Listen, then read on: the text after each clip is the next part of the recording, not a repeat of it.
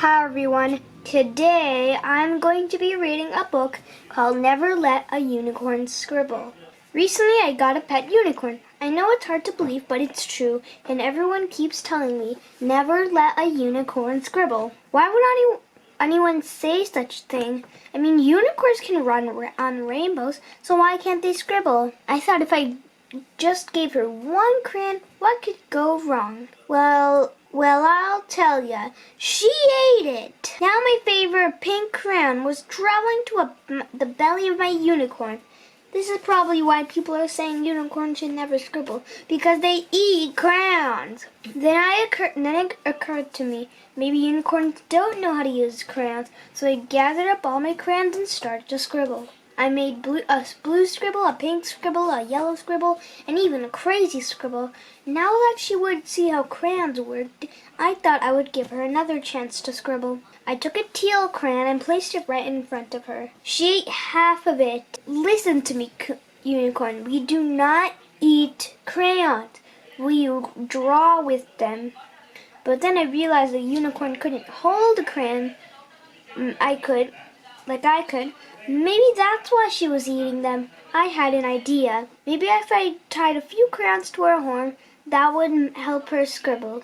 Within seconds, glitter scribbles started shooting out like water from a fire hose. Rainbow scribbles were everywhere. They were on the floor, the ceiling, the walls. They were even on my lamp. I've been begging my mom to decorate my room for a while, but now I don't think this is what she had in mind. Then I heard a noise down the hall.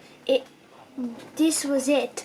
I was going to be in so much trouble. Before my mom could say anything, I started to explain the mess she was about to see. Well, it all started when I heard never to let a unicorn scribble, but I had to find out why. So I gave my unicorn a crayon, and then she ate it. Then I tried to teach her how to scribble, but then she ate another crayon. So I tied crayons to her horn, and boy, that horn was magical. The scribbles started shooting out like water, a water fountain, so they were so sparkly, but I made such a mess. I'm sorry. Mom peeked around the corner. You didn't make a mess. You made a glowing masterpiece. When I turned around, all the scribbles were right on my easel. Not on the ceiling, not on the wall, not on my lamp. They were on one piece of paper, and it was the most amazing art ever. All this time, people wanted to stop unicorns from scribbling. It could be because they ate crayons or because it's so messy. But if my unicorn had never scribbled, she would have never learned how to make this masterpiece. So the next time you hear unicorn shouldn't scribble, just remember, all great art starts with a scribble. And even unicorns have to start somewhere.